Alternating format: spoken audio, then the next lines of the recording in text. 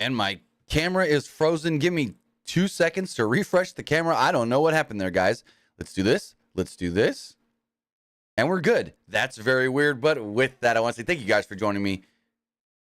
I'm kind of flustered now. Hey, guys, it's Tim, and this is Pro Wrestling Unlimited, as it's Monday, and this is the Wrestling Wrap-Up, a handful of news brought to you in one easy-to-watch video. As far as today's show does go, not a lot of news stories. We are going to be reviewing NXT Great American Bash from last night. We're talking about Kevin Owens, what he has stated about his future with WWE, one WWE Hall of Famer trying to stop another WWE superstar from using a move, AEW tapings news, and an update on the G1, plus more.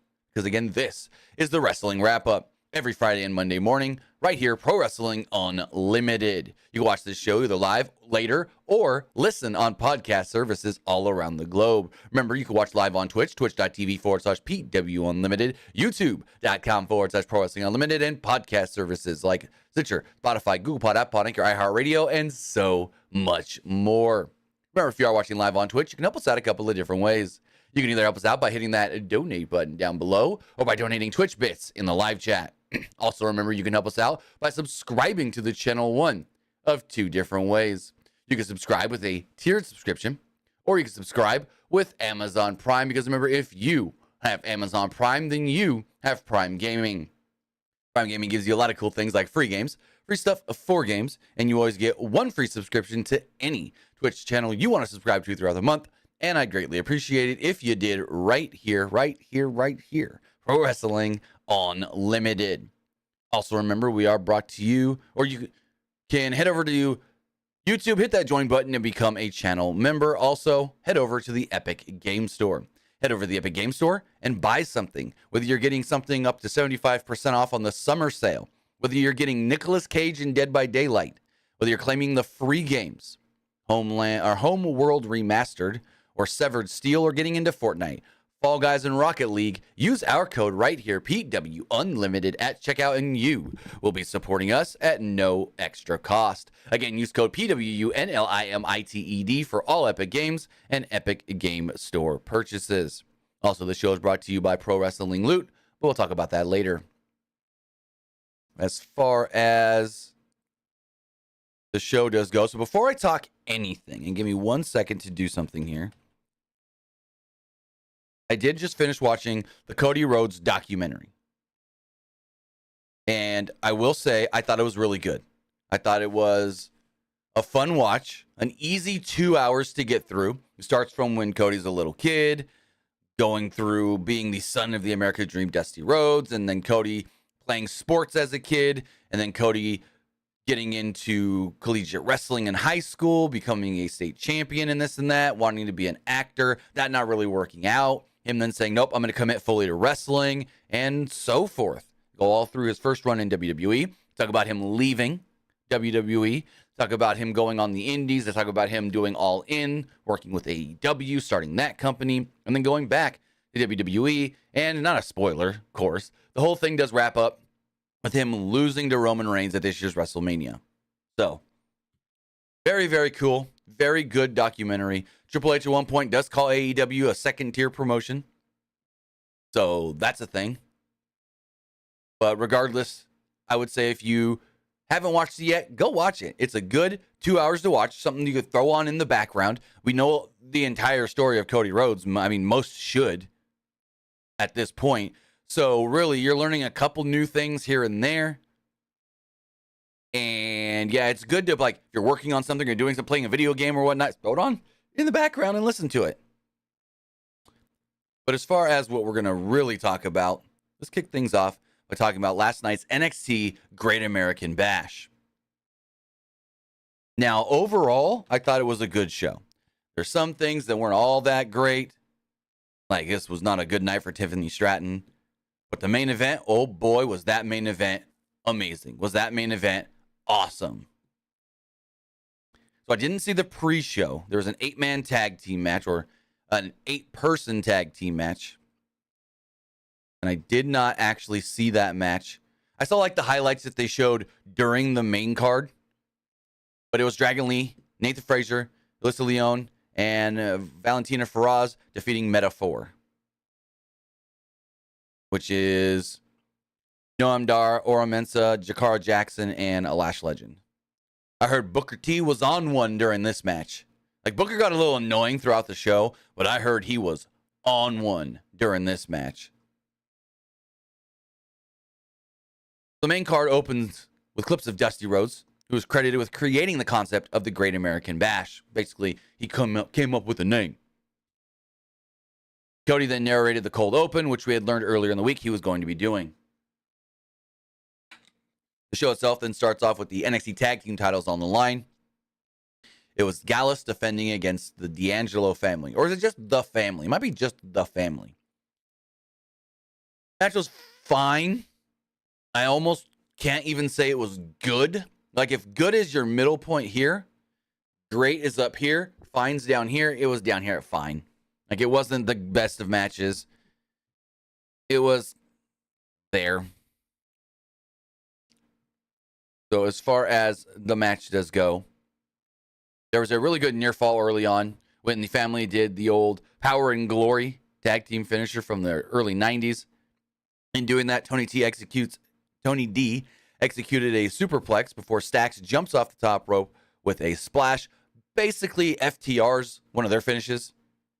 Subsequent pinning attempt was broken up, though.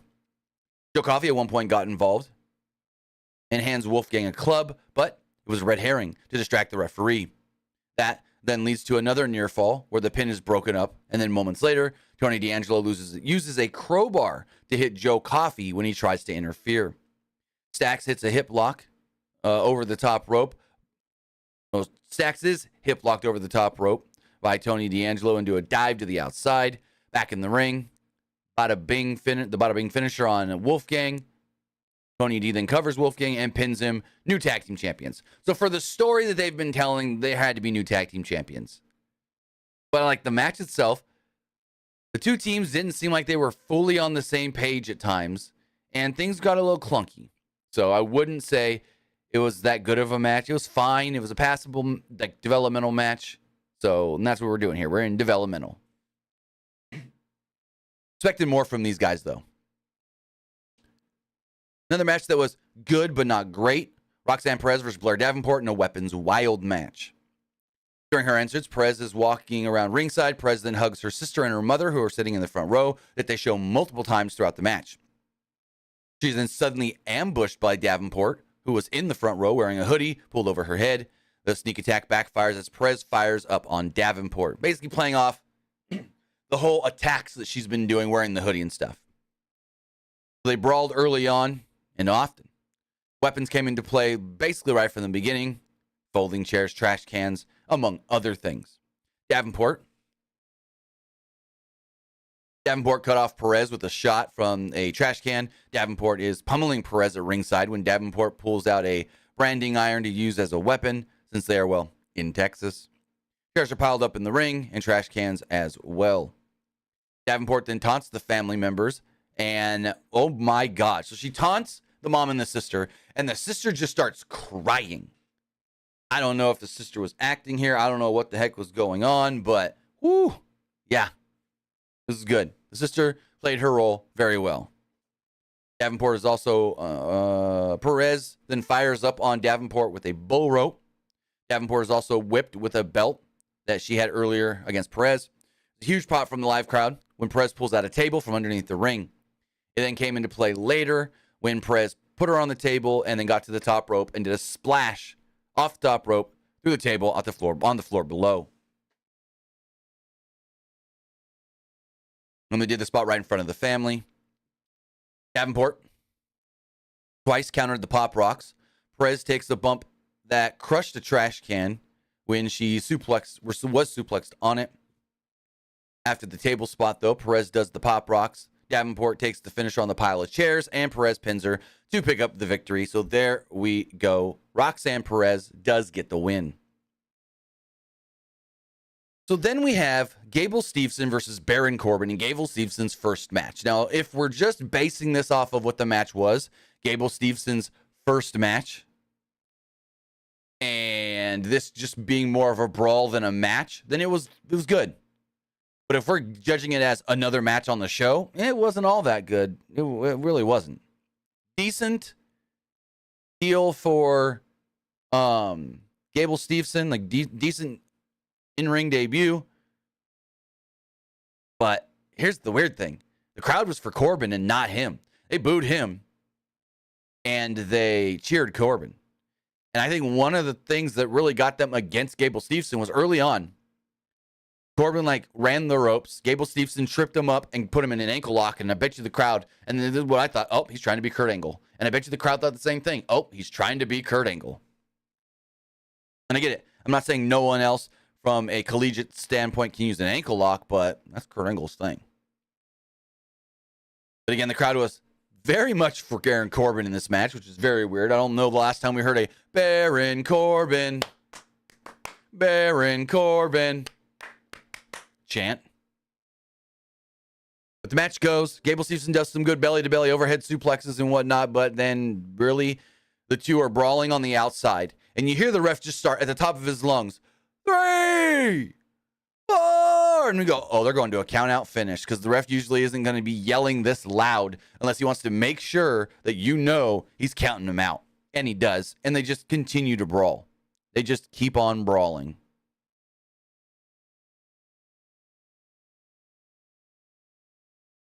The brawling continues as they tumble over the announce desk. At one point, the crowd chants bullshit as they're trying to be pulled apart. Referee and security pour out. Corbin and Steveson keep brawling and knock out the security. Steveson then sends Corbin crashing with an overhead suplex through the barricade at the timekeeper's area. And yeah, Steveson stands tall, but it was more of a brawl than anything. Not really a match per se. Lyra Valkyria is being interviewed backstage by Mackenzie Mitchell when Valkyria is ambushed by JC Jane. Rhea Ripley then just walks right on by. And it just keeps on going. It was set up that Lyra will take on JC this week on NXT. Then, something that was really good, really good, Dominic Mysterio defending the NXT North American Championship against Wesley and Mustafa Ali. And I'm so glad that they didn't take the title off of Dom yet. The Dom tried to use powder early on, but he's surrounded by both Ali and Lee. They chased Mysterio, and they double team on him for a little bit. That partnership does fall apart at one point, as again, they turn on each other, much like they did in storyline heading into this bout. Ali and Lee face off while Dom is selling on the outside. As an opportunist, Mysterio jumps back in the ring to shove Ali and Lee off the top rope. They then tumble to the floor. Dom goes for the 3 amigos, but that backfires when he tries to suplex both of them at the same time on the 3rd amigo, and they double suplex him. The counter, there were some high spots done by Ali and Lee to show that they can have a banger of a singles match eventually. There's a spot where both Mysterio and Lee are dragged on the bottom rope. So basically, remember back in the day when Alberto Del Rio would drape the guy over the top rope, and then he'd climb up and they'd do his double foot stomp on him, and it always looked preposterous. Like, why are you just sitting there waiting and waiting and waiting? That's what this was. They were on the bottom rope on the apron, just laying there, and eventually Ali goes for the 450 on the apron. Ali, though, crashes and burns, and that leaves Lee and Mysterio together. Ripley then gets involved by demanding that Lee do not dive. He was going to go for a dive on Dom on the outside. She gets in the way, so instead, he does do the dive, but he jumps over Rhea. Like, oh, damn. Excuse me, and then crashes onto Dom on the outside. Ripley then executes a riptide, though, onto Wesley through the announce table, and boy, did she slam this guy hard. Like, she got him up for the riptide, but you could tell like she got him up and wasn't sure if he was going to break the table or not because she didn't have him up high like she usually gets with these smaller women, and she just used all her might to crash him through that table. Somehow though, Lee then gets thrown back into the ring, and somehow he kicks out after Ripley rolled him into the ring. There's more near falls and whatnot. Ripley tries to give Dom the North American title, but the referee intercepts it. That was also a red herring like we saw earlier. In the tag team match, Mysterio then grabs the women's title from Rhea and hits Lee with it. Lee still manages to kick out, though. Ali finally jumps back in and drop kicks Mysterio off the turnbuckle. Ali follows up with the 450 on Lee, and Ali goes for a cover. Ripley pulls Ali out of the ring to break the pin attempt. Mysterio then does a frog splash and covers him to pick up the win 1, 2, 3. So there we go. Dirty Dom, still your NXT North American champion. So in the back, Trick Williams cuts a promo that really made me think Trick was turning on Carmelo. Because it's all of, I've got his back. I hype him up. I keep him going. We're the best of friends. We've known each other forever and this and that. And it's like, oh, you're going too hard on the friends thing to make us want to think that you're going to turn on this fool.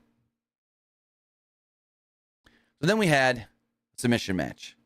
NXT Women's Champion Tiffany Stratton defending against Thea Hale, and boy, was this a bad night for Tiffany Stratton.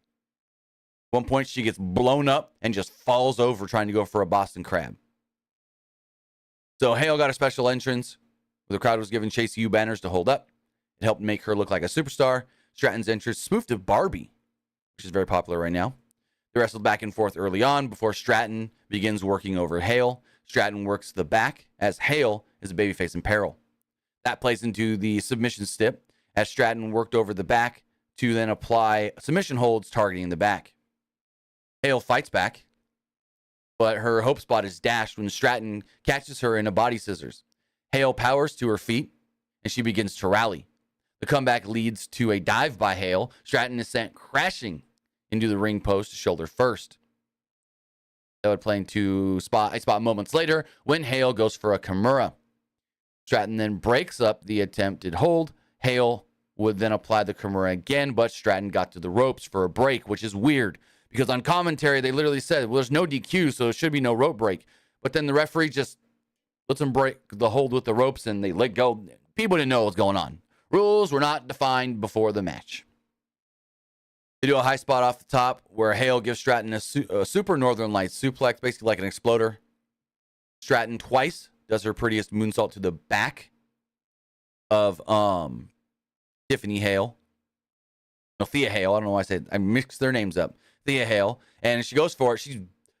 I don't know what happened here, but Tiffany Stratton gassed herself. And she falls over right on her face. She then gets up, applies the hold, wrenches it. It looks like Thea was trying to move around, but because Tiffany was so just tired, she was just sitting on Thea, and Thea couldn't move. So then eventually, Mr. Chase does throw in the towel. Duke not too happy with that because, well, Thea would not tap and couldn't get out of the hold either. But Tiffany Stratton does eventually retain the Women's Championship. Then we get an interesting backstage segment. It's Dragon Lee, Dominic, and Rhea. And I liked there was a subtle difference here with Dom and Rhea. So they're talking crap to Dragon Lee. Dragon Lee says he looks up to Rey Mysterio and whatnot. And Dom's like, well, I put this family on the map, and I'm not just another Rey Mysterio wannabe. I'm the first Dominic Mysterio, unlike you. And then Dom literally just goes, all right, mommy, let's go. Which I liked. I liked that Dom told Rhea, let's leave. Because it's usually Rhea telling Dom what to do. But no, Dom was the one in charge at one point here. Just be like, mommy, all right, mommy, let's go. He's never the one to tell her what to do, which I really, really, really liked. Changing things up. Then we had our main event. Boy, was this good. This was fantastic. Not the best of finishes. It could have had a better finish. But regardless, I thought this match itself was fantastic. Super fun. And these two guys beat the dog crap out of each other. Dragunov had red contacts in his eyes early as they said he is seeing red as he is pissed off going into this match. They wrestled early back and forth with some catch wrestling. Somewhere along the way, Dragunov starts brutalizing the chest of Hayes. Meanwhile, Trick Williams keeps trying to motivate Carmelo. Dragunov continues to pummel Hayes, and Hayes takes a ton of punishment. Nonetheless, Williams keeps trying to motivate Hayes. Dragunov then dashes some hope spots. There's a comeback by Hayes, and he fires up on Dragunov. Hayes then takes an enziguri, but he answers right back with La Mystica and lands right on the freaking head and face of Carmelo Hayes. That popped the crowd. And the crowd's hot now, like really hot. Like, they've been hot throughout most of this match so far, but this really got them. There's some receipts by Hayes as he peppered Dragunov with chops and strikes, and then got into a strike battle with some stiff elbows from both.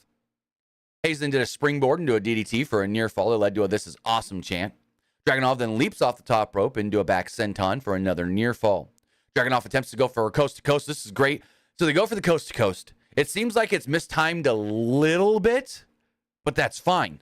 Because they go for the coast to coast. Carmelo jumps up to go for a code breaker. As he's coming down with the code breaker, he kicks his feet off, like to push Dragunov.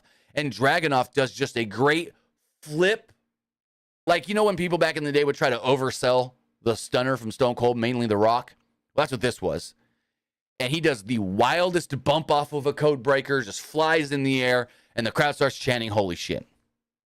Hayes goes to follow this up with nothing but net, but Dragunov blocks it and power bombs Hayes. Dragunov signals for his finisher, and he drops the flying forearm. Hayes somehow, though, kicks out with a super close near fall. Dragunov takes an avalanche cutter after he was trying to go for a superplex. Trick Williams then grabs the championship to motivate Carmelo Hayes, saying, "Look at this belt. This is yours. You're fighting for this. You got this, baby. Let's go, let's go, let's go." And he's hyping him up, hyping him up, hyping him up, hyping him up. And there's another strike exchange. The fight then spills to the outside. Dragunov then leaps off of the top rope. And as he does, Trick is standing there with Carmelo. Carmelo moves. I think Trick maybe pushes him a little bit. And Dragunov comes down and hits his head on the belt that was in Trick's hand. Now, the announcers didn't catch it at first, but this then leads to Carmelo throwing Dragunov into the ring, going to the top, hitting the nothing but net, and then pinning him. The finish kind of just felt like it came out of nowhere. So that's why I said the finish kind of fell flat a little bit to me. It wasn't all that great. But then when they did the slow-mo replay and all that, then they tell you, oh, well, look, Dragunov's head hit the belt. So that's why he was, after being like, you know, good to go, out. Like out, down and out. But regardless, really good main event. And then afterwards, Carmelo Hayes is celebrating. And you think, oh, Trick's going to turn on him. Trick's going to turn on him. Trick's going to... No. Trick didn't turn on him at all. But they're teasing it. They've been teasing it. So eventually I think Trick will turn on Carmelo. But with that, that was NXT Great American Bash. I thought it was a really, really good show overall. A couple things in the middle weren't all that great, but from start to finish, I thought this show was really good, an easy watch, and I would recommend it. I would say if you haven't seen the show yet, go back and watch it. Go back and check it out on Peacock. As we move forward here, we'll talk some pro wrestling news. Kevin Owens had some interesting comments recently.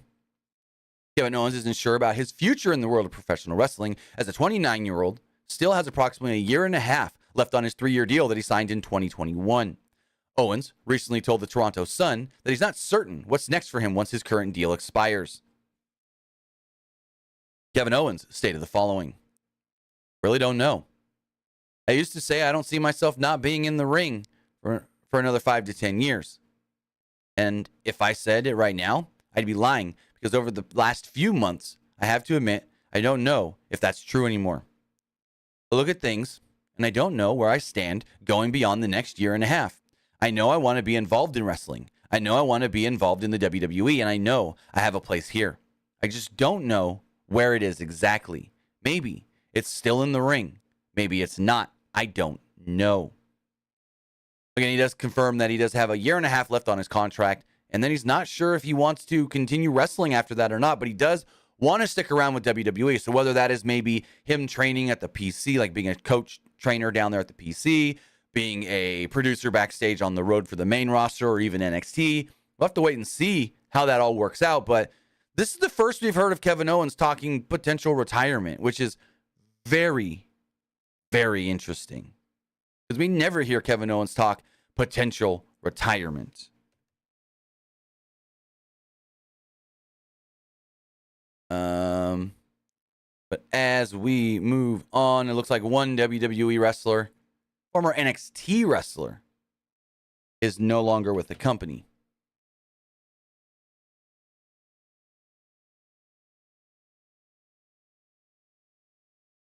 Former NXT UK wrestler Aaliyah James is officially no longer under contract at WWE. In a tweet sent out Monday, July 31st, 2023, the 24-year-old James confirmed her WWE departure. She was still under contract following the closure of NXT UK, but hadn't been brought to the regular NXT. James sent out a tweet stating, quote, "So now we know that I'm free as a bird. Who am I going to wrestle first?" James started her in-ring career in 2019 and first appeared in NXT UK in 2020.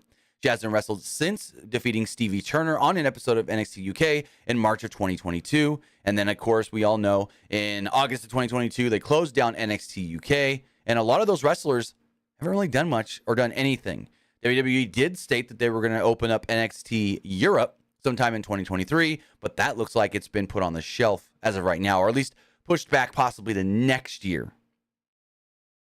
So it looks like Aaliyah James does want to continue wrestling, is going to continue wrestling, and just needs to figure out where that next step is. So we've seen a lot of wrestlers kind of like not steal gimmicks from, Hall of Famers and whatnot, but try to like incorporate different Hall of Famer stuff in their style.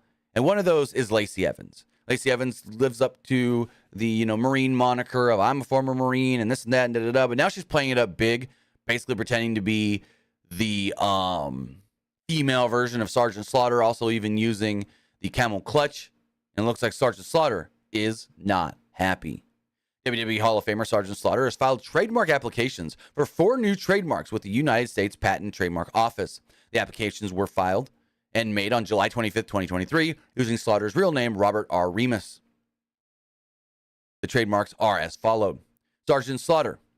Trademark registration intent to cover the categories of printed comic books, printed magazines in the field of professional wrestling. Sergeant Slaughter. Trademark intended to cover the categories of collectible coins.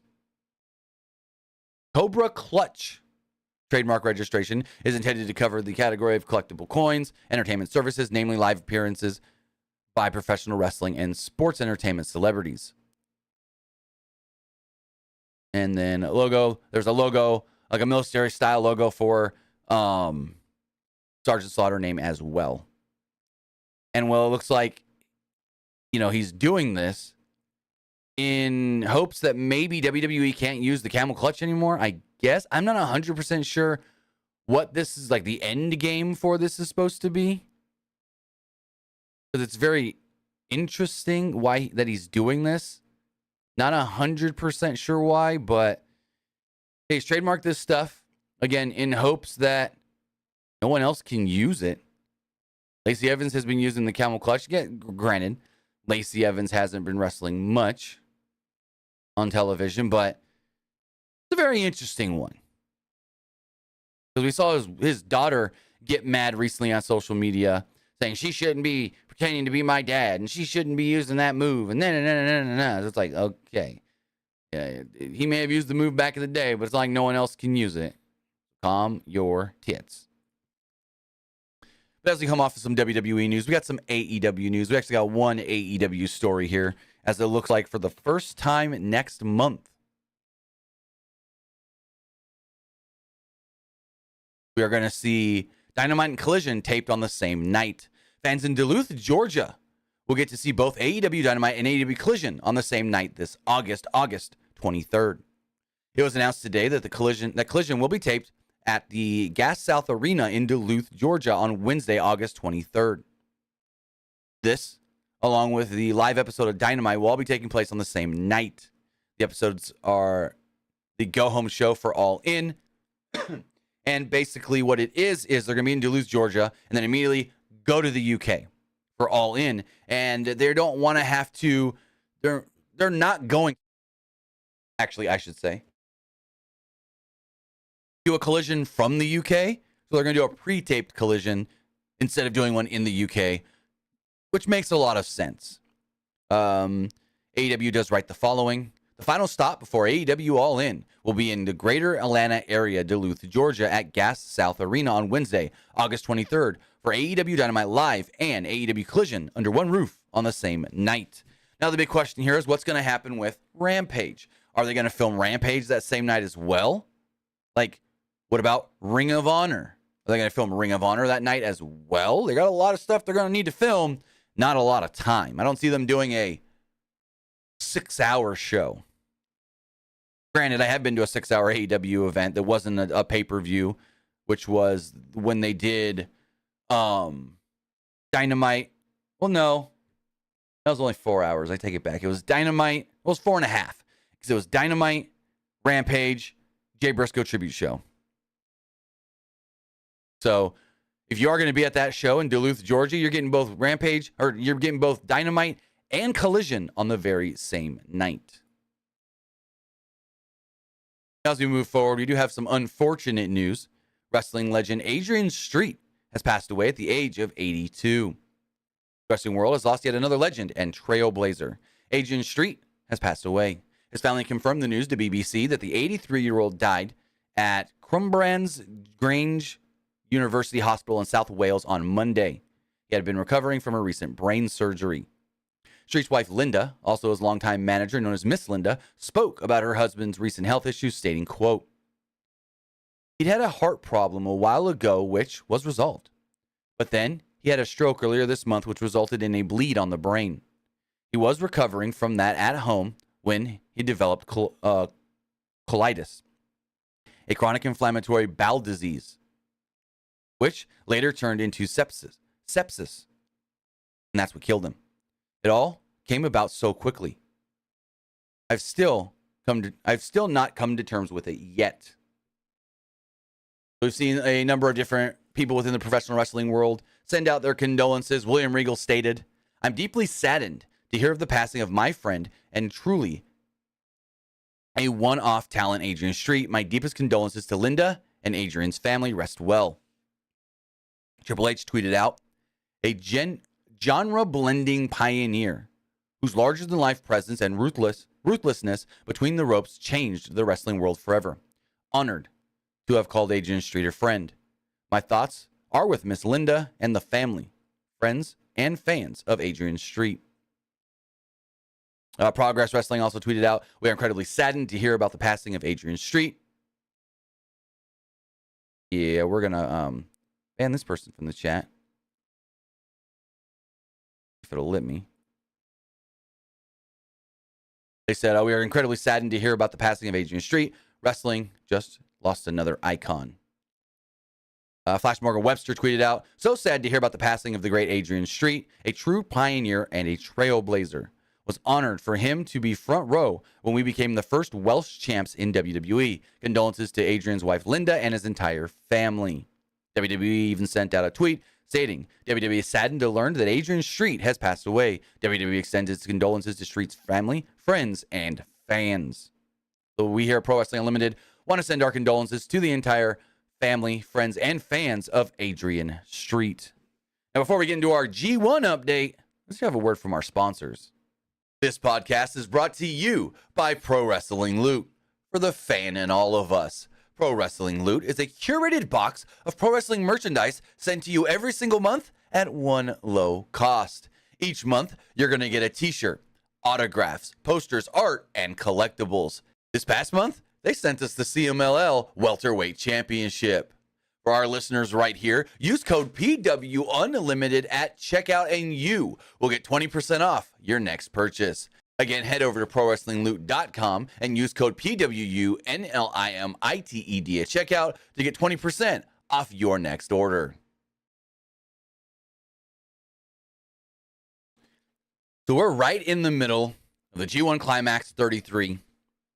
The last time we gave you updates was all the way up to day 9. They have wrestled up to day 10, and that's where we sit right now with C and D block action. This write-up does come from Chris Fritz of F4W Online. Got to give him credit for this, as his recommended matches for the night were Hiroshi Tanahashi versus Hiroki Goto. A fantastic match built around selling the wear of the G1. Both men looked good in their agony and delivered a superb emotional match. As far as the results from the night do go, David Finlay defeated Hinare. Toru Yano defeated Jeff Cobb. Eddie Kingston defeated Mikey Nichols. Tetsuya Naito defeated Alex Coughlin. Evil defeated Tomohiro Ishii. Zack Sabre Jr. defeated Shane Haste. This was a inter-faction match. TMDK members fighting each other. There was a time limit draw between Tama Tonga and Shingo Takagi. And Hiroshi Tanahashi did defeat Haruki Goto. As far as the standings do sit, with the A block, 5-0. The top, 10 points, Sanada. With 6 points, 2-1-2, it's Shota Umino and Kito Kiyomiya. With 5 points, a 2-2-1, Gabe Kidd. 4 points, 2-3, Chase Owens and Hikuleo. 3 points, a 1-3-1, Yoshitatsu. Yoto Tsuji. I don't know why I said Yoshitatsu. Yoto Tsuji. And at 2 points at the bottom with the 0-3-2, Ren Narita. In the B block, 8 points of 4-1. We have both Kazuchika Okada and Will Ospreay up at the top. 6 points in a 3-2 is Taichi. 4 points in a 2-3 is Yoshihashi, Kenta, and Tangaloa. And then 2 points with the 1-4, Great Okan. And then a 1-3 with 2 points, El Phantasmo. Also remember, Phantasmo did miss a match. Doing the C block at the top with 8 points at 4-1, David Finlay and Evil. With 7 points at a 3-1-1, Tama Tonga. 6 points at a 3-2 is Eddie Kingston. 5 points at a 2-2-1 is Shingo Takagi. And then at the bottom, 2 points with the 1-4, Hinare, Mikey Nichols, and Tomohiro Ishii. At the top of the D block with a 4-1, 8 points, it's Jeff Cobb and Zack Sabre Jr. 6 points at a 3-2, Tetsuya Naito and Hiroshi Tanahashi. 4 points at a 2-3, Haruki Goto and Shane Haste.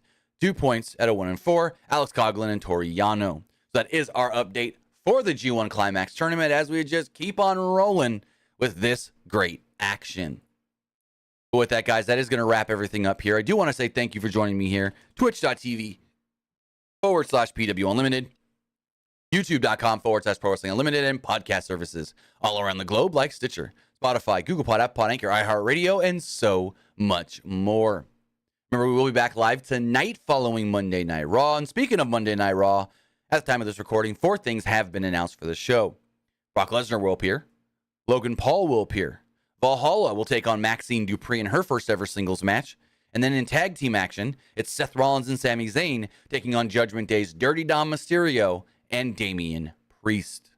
So with that, guys, we'll see you back later on tonight following Raw. Have a great rest of your Monday, and I'll see you next time. Have a good one, guys.